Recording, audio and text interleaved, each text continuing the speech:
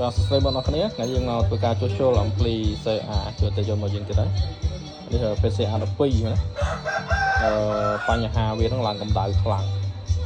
ចឹងឡើងកម្ដៅឥឡូវយើងធ្វើបាត់ហើយតិចវិញធម្មតាវិញទៀតទៅប្រើបានធម្មតាវិញនេះគឺ PCA 12នេះទៅពីបោកហើយអស់ហើយតែសលេងវា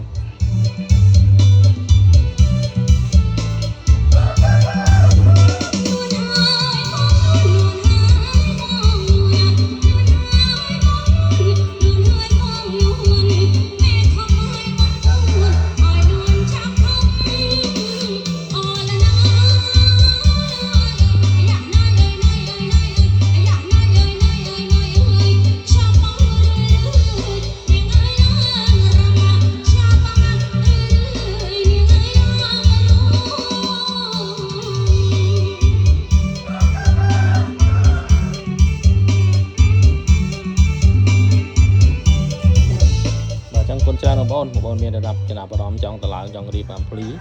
ចង់ជួសជុលអំភ្លីអាចទាក់ទងខាងបងប្អូនបានសម្រាប់ទីតាំងបងប្អូននៅភ្នំពេញនៅចាក់រៃលើបាទចង់គុណច្រើនបងប្អូនដែលបានចូលមើលសូមជួយ like ជួយ share បាទចឹងអរគុណច្រើនបងប្អូន